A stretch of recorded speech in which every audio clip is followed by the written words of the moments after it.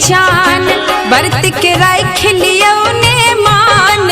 उगियो उगियो छठी चान, बरत के राख लियो ने मान। देखियो लागल अछि सचार बीच अंगना में। देखियो लागल अछि सचार बीच अंगना में। उगियो उगियो छठी चान।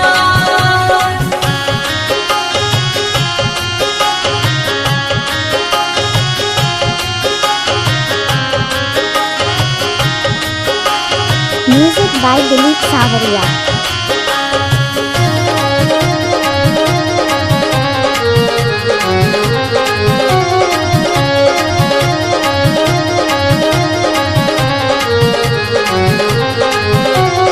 दही पौरल अछि भरि छाछ, टिकरी ठोकल सुंदर साँच। दही पौरल अछि भरि साँच, टिकरी ठोकल सुंदर साँच। धिया पुता छै धेने आस बीच अंगना में। देखियो लागल अछि सचार बीच अंगना में। उगियो उगियो छठी चान।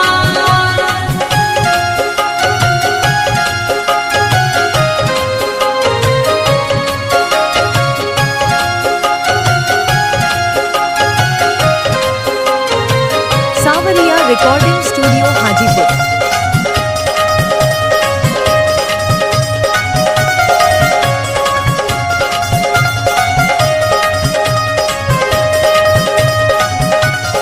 मौरद साजल के रखपात, ते पर चीनी पूरी पकवान।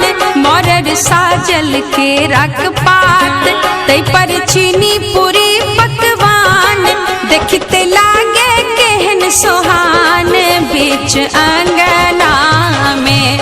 देखियो लागल अछि सचार बीच अंगना में। उगियो उगियो छठी चान।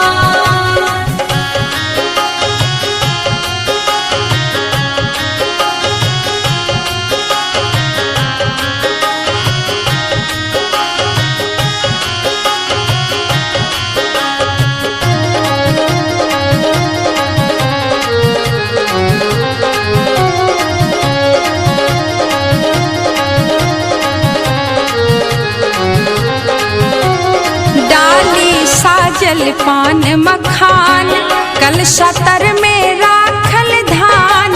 डाली राखल पान मखान, कलशा तर में राखल धान। मिथिला के अद्भुत ई विधान बीच अंगना में। देखियो लागल अछि सचार बीच अंगना में।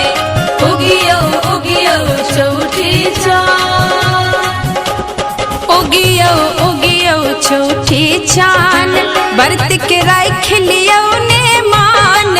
उगियो उगियो छठी चान, बरत के राख लियो ने मान। देखियो लागल अछि सचार बीच अंगना में। देखियो लागल अछि सचार बीच